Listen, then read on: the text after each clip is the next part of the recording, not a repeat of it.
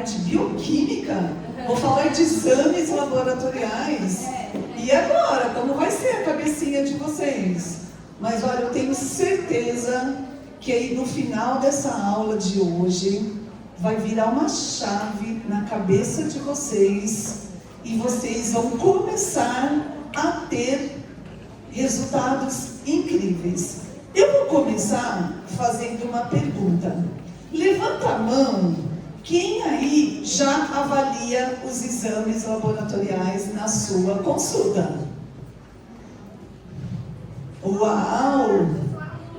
Aí, muito bem. Ainda é um público pequeno, mas tenho certeza que a partir de agora vocês vão mudar completamente o jeito e a forma que vocês trabalham também. Então, meu nome é Fernanda Eugênia Fernandes Cardoso, eu sou fisioterapeuta e trabalho há quase 10 anos exclusivamente com a tricologia. A minha aula de hoje é sobre utilização de biomarcadores no tratamento de alopecia androgenética. Eu acho que não me deram... esqueci também. Tá na mesa.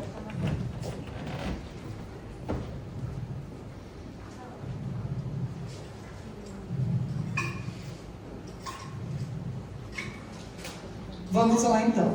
Eu não sei se vocês sabem. Deixa eu ver se é aqui. Mas o vermelhinho é esse, né? A ponteira. Não faz mal, vamos lá. Eu não sei se vocês sabem que em 1959 o Dr. Norman ele publicou um artigo científico sendo um dos primeiros trabalhos sobre a calvície, a fisiologia da calvície. Então ele demonstrou todo o papel genético e todo o papel hormonal na calvície. E qual foi o impacto disso para todos nós desde então? Ele disse que a calvície masculina é inerente a cada folículo piloso individual. O que significa isso? Ele disse que quem tem predisposição genética, a queda de cabelo não é global. O cabelo não cai como um todo. E sim que cada folículo piloso tem a sua própria programação genética, individualmente. Ele ainda disse que os folículos mantêm as suas características genéticas mesmo após o transplante. O que diz isso para a gente então? Que o paciente que faz transplante precisa continuar fazendo o nosso tratamento. Que ele não perdeu a característica genética.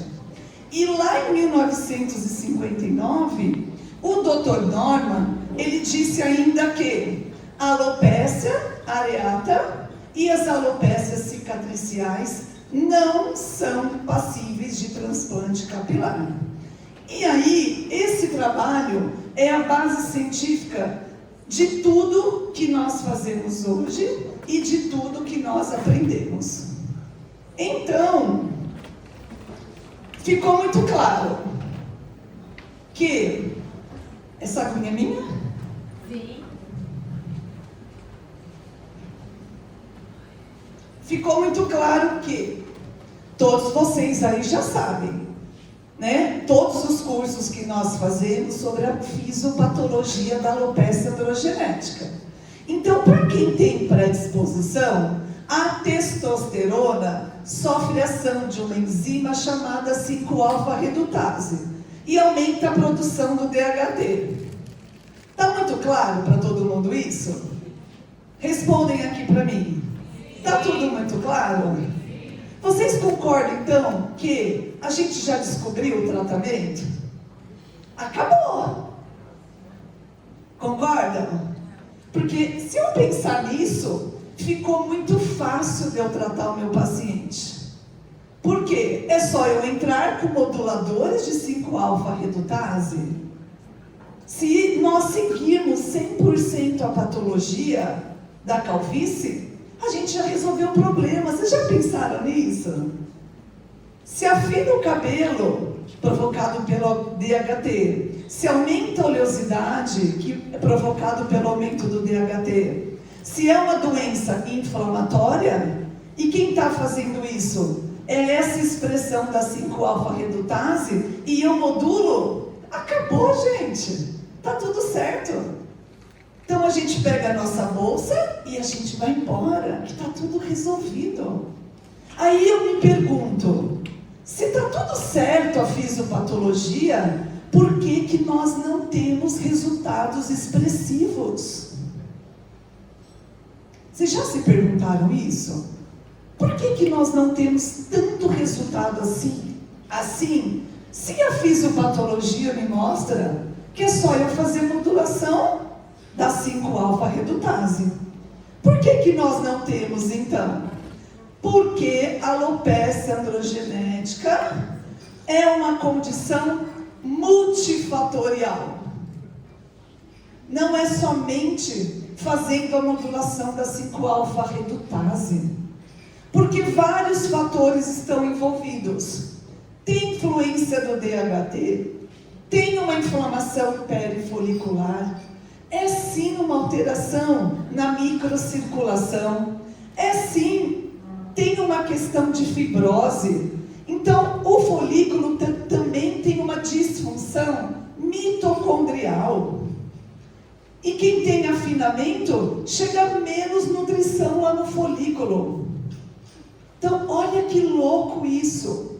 Então, todo mundo já parou para pensar que não é somente fazer a modulação da enzima 5-alfa-redutase. Então, o cenário mudou? Eu pergunto para vocês. O que vocês acham? Sim ou não? Sim, o cenário mudou. Nós sabemos que nenhum exame laboratorial dá diagnóstico de nenhuma doença do couro cabeludo. Eu não posso pegar um exame e falar, você tem alopecia androgenética, você tem alopecia fibrosante frontal, você tem uma areata. Tá claro isso? Tudo isso nós sabemos. Mas queda de cabelo não começa no fio. Queda de cabelo começa no metabolismo. E aí o metabolismo, eu posso me assegurar de ter esse exame na minha mão e poder ajudar o meu paciente. Então, os exames laboratoriais podem sim ser um grande coadjuvante no nosso tratamento. E eu não quero que vocês fiquem bravos comigo. Não quero mesmo. Mas eu tenho que falar para vocês que, sem exames, não existe tratamento capilar completo. Não é? Existe uma tentativa. Tentativa do quê? Eu acho que a vitamina D está baixa. Eu acho que a sua B12 está baixa. Por você comer muito doce, eu acho que a sua insulina está alta. Não é, gente? Tão fácil fazer um exame. Por que a gente vai continuar trabalhando no achismo? Então, não fiquem bravos comigo. Mas o tratamento, sim, ele fica incompleto. E aí? Então, se a causa é complexa, e se a causa é multifatorial, os exames laboratoriais podem sim nos ajudar. Podem sim nos ajudar a ter melhores resultados. Porque quando eu penso em vários fatores de risco, eu consigo avaliar alterações hormonais sexuais, eu consigo avaliar alterações tireoidianas, eu consigo avaliar o processo inflamatório, o cortisol, marcadores de ferritina, mas tem tanta coisa legal que nós conseguimos avaliar no nosso paciente. Esse artigo de 2013, ele fala que não é somente causa genética que o paciente adoece? Ele fala que diversos fatores não genéticos podem contribuir significativamente com a queda de cabelo. E ele cita alguns fatores: cigarro, caspa, ele cita quem tem mais filhos. Será que está muito estressado? Cai mais cabelo, né? Aumento do consumo de cafeína, redução do índice de massa corpórea, entre outros. Esse trabalho de 2024, da revista do Dr. Ademir, ele é muito interessante, porque ele diz o quê? Que o nosso cabelo, ele sofre diariamente por várias exposições. A poluição através do ar, água, alimentação, temperaturas altas, umidade, radiação UV, o ritmo circadiano, radiação eletromagnética e ruído. E que todos esses fatores aqui, eles aumentam radicais livres. E que isso piora o estresse oxidativo. O que causa? O que causa um afinamento de um padrão do tipo androgenético. Olha que louco! A gente tem que começar a pensar agora que não existe só alopecia androgenética. Existem padrões do tipo androgenético. E esse trabalho, eles fizeram com suplementação de vitaminas, minerais, proteínas e aminoácidos, sem usar nenhum modulador de 5-alfa-redutase e sem usar minoxidil. Em 12 semanas, eles tiveram a regressão total do cabelo. Então, essa paciente tinha alopecia androgenética? Não, ela tinha do tipo androgenético. E aí? E aí, vitaminas eu posso ver nos exames, minerais eu posso ver nos exames, o estado nutricional, proteína, etc. Então, tudo que você vai pegar de referência de artigo é passível ver 100% com precisão dentro de um exame bioquímico laboratorial. E aí, tem um outro artigo do Dr. Ademir, ele está aí, já citei 2 dele, de 2025, que fala os andrógenos do seu papel na fisiopatologia da alopecia androgenética. Eu vou ler esse parágrafo, porque quando eu li pela primeira vez, a minha cabeça pirou. Porque, prestem atenção, a gravidade da alopecia aumenta ao longo do tempo, tanto em homens como mulheres a partir dos 30 anos. Idade em que a produção de alguns hormônios começa a diminuir, incluindo os andrógenos, que é a testosterona deles. Este cenário sugere algo paradoxal em relação à via androgênica da fisiopatologia da alopecia androgenética. Ué, a fisiopatologia me diz que o aumento da testo sofre ação da enzima 5-alfa-redutase e aumenta a produção do DHT. Mas por que hoje as pessoas, porque em 2026, esse mundo tão moderno que nós estamos vivendo, as pessoas então estão com a testo lá embaixo? Aí ele quis dizer o que está acontecendo. Será que eu não tenho que ver meu paciente relacionado a outros fatores associados? Então, para quem não sabe, quem é portador de resistência à insulina e diabetes, há uma redução de um outro hormônio chamado SHBG, passível de ver nos exames laboratoriais. E esse SHBG, ele aumenta a testosterona livre. Essa testosterona livre, se tem alguma pessoa com diabetes aqui, resistência à insulina, essa testosterona livre, ela fica lá circulando para ser transformada em DHT. Olha isso. Por isso que as pessoas que têm resistência à insulina e diabetes mellitus têm maior chance de afinamento capilar. Daí é uma patologia do tipo androgenética ou androgenética. E é tão fácil, é só solicitar nos exames a glicemia e a insulina e fazer o cálculo do OMA-IR. Glicemia vezes insulina dividido por 405. Então, olha quanta coisa bacana eu consigo avaliar no meu paciente e tentar entender o que está acontecendo com o seu metabolismo. E aí eu entro nos micronutrientes. O que ele diz então? Que alopecia androgenética, que areata, que eflúvio, que alopecia fibrosante frontal, toda deficiência nutricional que esses pacientes têm pode afetar tanto a estrutura capilar quanto o crescimento de cabelo. E aí eu falo para vocês, ferro, zinco, vitamina A, E, vitaminas do complexo B, aminoácidos, proteínas, podemos solicitar nos exames laboratoriais. E por que não fazemos isso? Por que não damos esse up na nossa consulta? Para que você consiga tratar o seu paciente com tanta precisão que ele merece.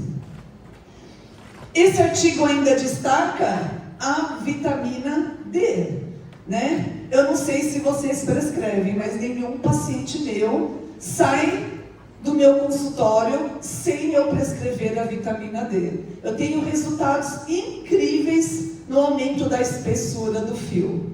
É absurdo. Depois vocês entram no meu Instagram que vocês vão ver. Por quê? Porque a vitamina D, lá no folículo piloso, ela age no queratinócito, sendo essencial para a manutenção da fase anágena.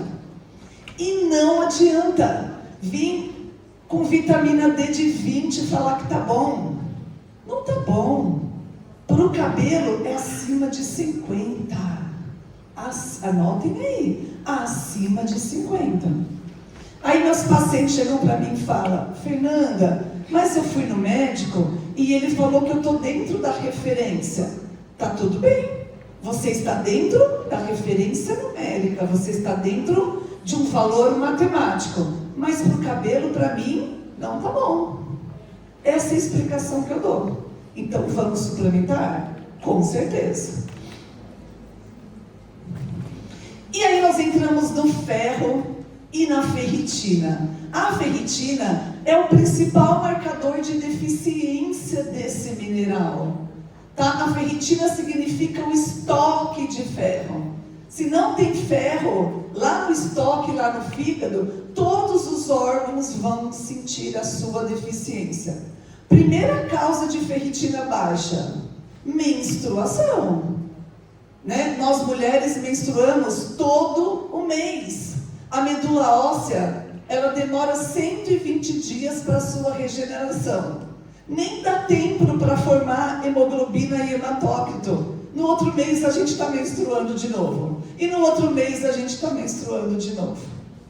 Então, esse trabalho aqui, ele falou, foi um estudo de 210 pacientes, e eles acharam que pacientes com pré-menopausa, na alopecia de padrão feminino, apresentaram níveis de ferritina significativamente menor do que o grupo controle. E olhem isso, 22,7% foi encontrado em homens, ferritina baixa. Aí vocês perguntam assim, gente, ó, eu quero que todo mundo pire. Se não pirar, a palestra não valeu a pena. Vamos pensar. Mas você não falou que a menstruação é a primeira causa de ferritina baixa? Mas e o homem? O que está acontecendo se ele não menstrua? Existem outras causas de ferritina baixa. Parasitose, cirurgia recente, hemorragia gastrointestinal, desbiose intestinal também, assim como cirurgia bariátrica. Então, mês passado, recebi um homem com alopecia androgenética de 1,95 m, técnico do basquete da minha cidade, que fez uma bariátrica 10 anos atrás. Cara gigante ainda. Trouxe os exames laboratoriais para mim.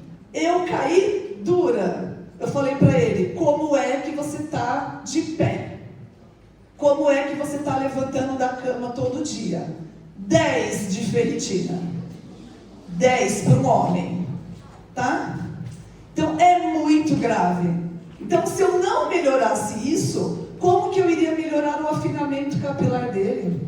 Como que eu ia fazer um laser? Como que eu ia fazer um LED? Né? Não tem sangue passando, não tem hemácia suficiente.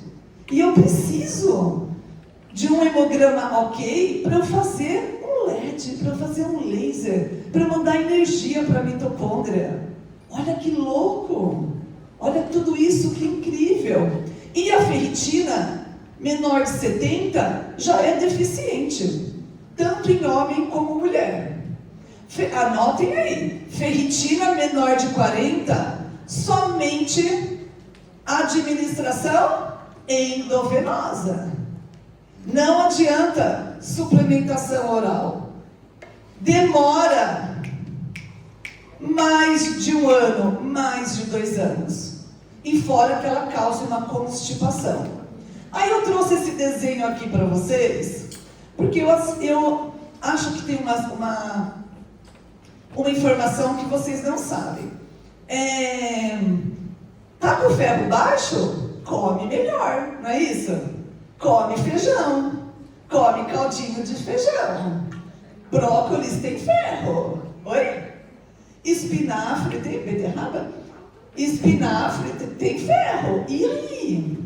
E aí? Eu quero que vocês entendam isso que eu vou falar agora, que é muito importante para vocês falarem para o paciente de vocês.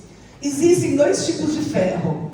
O ferro não M, que é o ferro que vem dos vegetais, que é o ferro que vem do feijão, dos legumes, ok? E nós temos o ferro M, que é o ferro que vem da carne vermelha. O ferro M é o ferro que tem maior biodisponibilidade, que tem maior absorção. Então, Fernanda, eu não vou conseguir ferro no feijão? Vai. Só que para o ferro do feijão transformar em ferro M, precisa do quê? Quem sabe? Vitamina C. Tá? Chupar uma laranja, um suquinho de limão, um kiwi, um suquinho de acerola. Se não, gente, você pode comer feijão todos os dias, que não vai se transformar em ferro M. Olha a importância disso. Então, os pacientes de vocês estão subnutridos. Qual o valor de referência que você considera que seja excelente na ferritina? De 70 a 150. Em homem, pode chegar até 300. Tá? Acima disso já é inflamação. Mulher acima de 200 já é inflamação. Certo? E aí? Esse aqui ninguém sabe. Nós temos outro marcador que é possível colher no exame de sangue, chamado IGF-1, que é o fator de crescimento semelhante à insulina. Ele foi identificado como um regulador significativo do folículo piloso. Então ele ajuda no ciclo de crescimento, na manutenção da fase anágena, e ele tem ação anti-apoptótica. Dr. Lucas falou bastante de apoptose hoje de manhã, quem estava aqui. E aí? Então, quando eu penso em valores ideais do IGF-1, ele depende do sexo, da idade e da metodologia do laboratório. Mas geralmente é em torno de 150 a 200 nanogramas por mililitros. Menor de 150 de IGF-1, eu já tenho uma deficiência lá na papila dérmica, ou seja, eu já tenho uma miniaturização folicular. E vocês querem saber o que diminui IGF-1? Estresse, diminui IGF-1 e a alteração nutricional. De novo, vitaminas e minerais, eu estou repetindo toda hora. possíveis de avaliar nos exames laboratoriais. Outro dia uma aluna me ligou, falando para mim assim: Fernanda, o que eu faço? Você pode me ajudar com os artigos? Porque a minha professora de biomedicina da faculdade, ela falou que todo mundo que tem queda de cabelo não precisa de suplementação. Não precisa. E aí, como é que faz isso? Certo? E o cortisol? E o cortisol? O cortisol nós conseguimos medir no sangue, na urina e na saliva. Padrão ouro é o cortisol salivar, que ele é medido de manhã, de tarde e de noite. Avalia todo o ciclo circadiano. E olha que incrível isso. Eu consigo entender por que meu paciente está tão cansado à tarde. Eu consigo entender por que meu paciente não dorme à noite. Porque será que o cortisol dele, à noite, que era para estar baixinho, para ele poder dormir, para acionar a melatonina, o cortisol dele está alto por quê? Então, a presença do cortisol em níveis elevados está estritamente ligada à redução da síntese e à degradação prematura do ácido hialurônico e do proteoglicanos, que são importantíssimos para a modulação do folículo capilar. Então, níveis ideais vão trazer efeitos positivos no crescimento de cabelo, retardando a degradação dos componentes essenciais da pele. Quem está estressado tem menos absorção de vitaminas, tem menos absorção de minerais. Aí volta de novo, podemos solicitar um exame de sangue, um exame bioquímico. Tireoide. Tireoide é um dos assuntos que eu mais amo falar. Porque todos os estudos que a gente vai ler, eles mostram que os hormônios tireoidianos são necessários para o crescimento fisiológico e manutenção do quê? Dos nossos folículos. E não adianta só pedir TSH e T4. Você não consegue avaliar nada. Você não consegue fazer cálculo nenhum para saber como está a situação tireometabólica do seu paciente. Tem que pedir T3 livre, anti-TPO, anti-TG, T3 reverso, tireoglobulina. Olha quanta coisa importante que tem. Então, as doenças da tireoide podem influenciar no desenvolvimento de alopecia, incluindo aumento dos níveis de andrógenos, resistência à insulina, complicações metabólicas, deficiências de vitamina D e também a conexão com a tireoidite de Hashimoto. E aí, alteração tireoidiana é só doença de mulher? Não. 80% dos homens que eu atendo têm alteração tireoidiana. Esse artigo aqui é um artigo que eu li, que eu gostei muito um pouco, falou umas coisas meio esquisitas. Então ele falou o quê? Que faz sentido medir qualquer nível hormonal somente na condição que o paciente não está fazendo terapia de reposição hormonal. Isso não é verdade.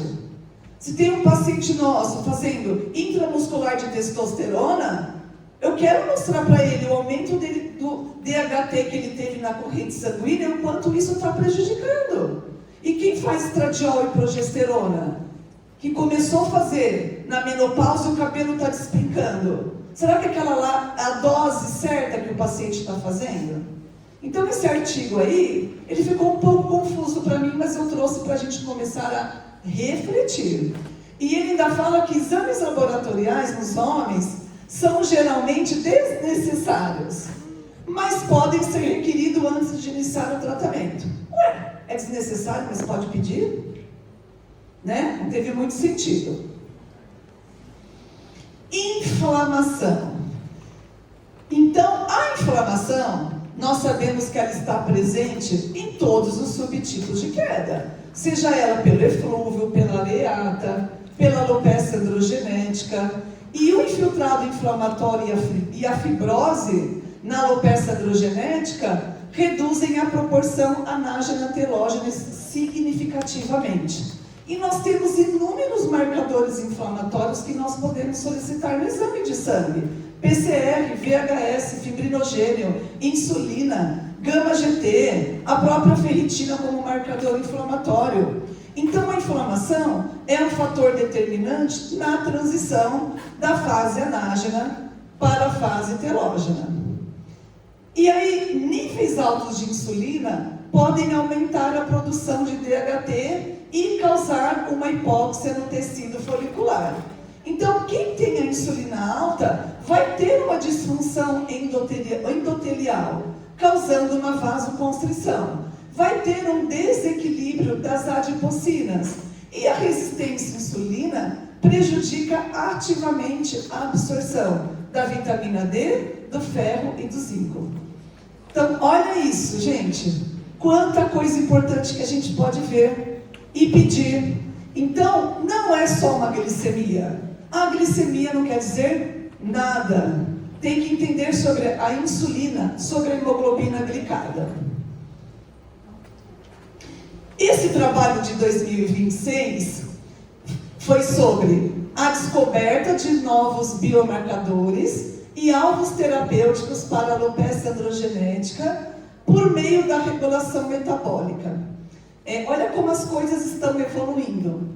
Existe um gene chamado KL, que é o CLOTO, que possui propriedades de anti-envelhecimento, está diretamente envolvido nos processos de envelhecimento celular.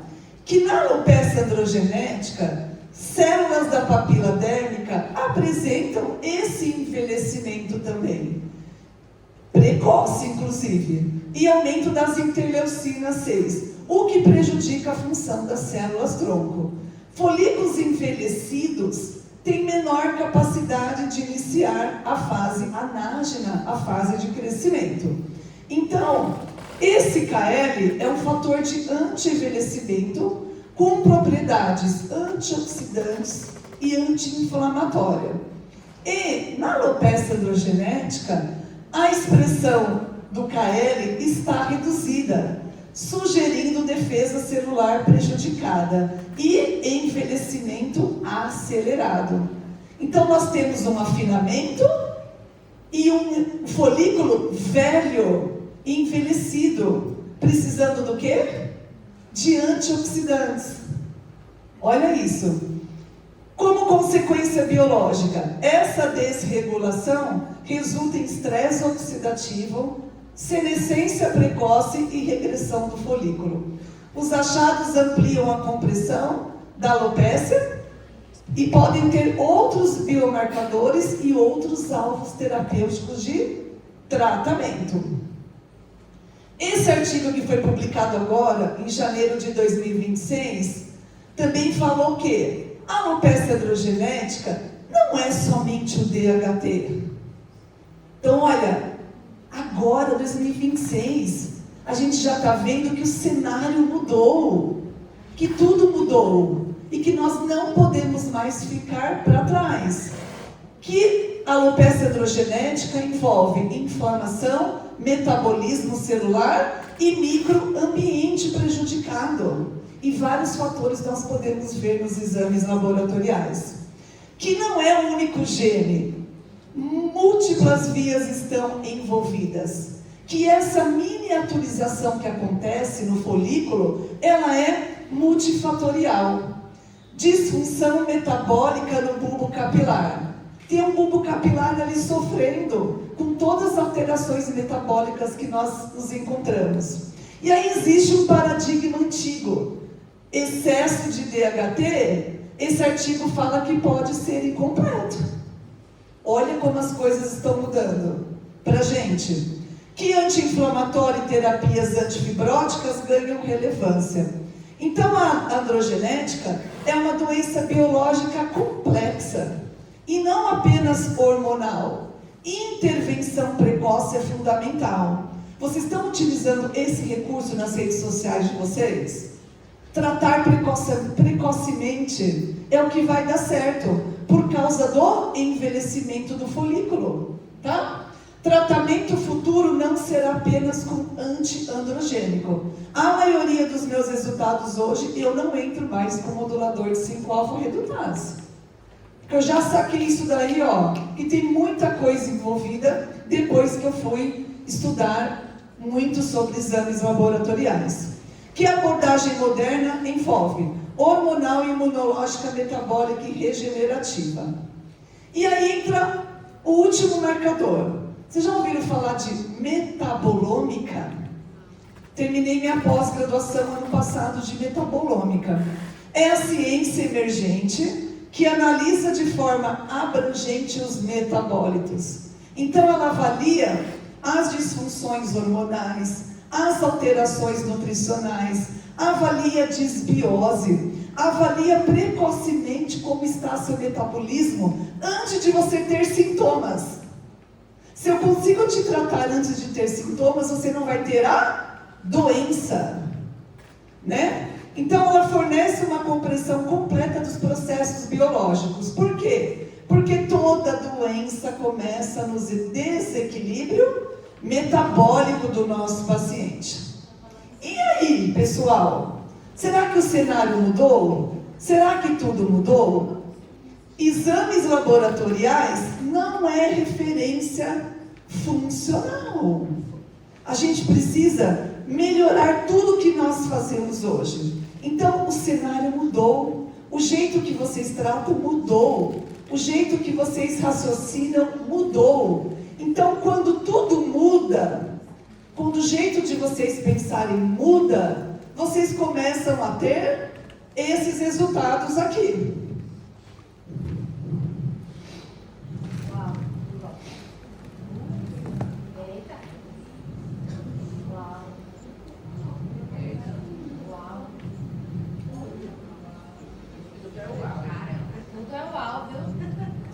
Então, pessoal, a ciência está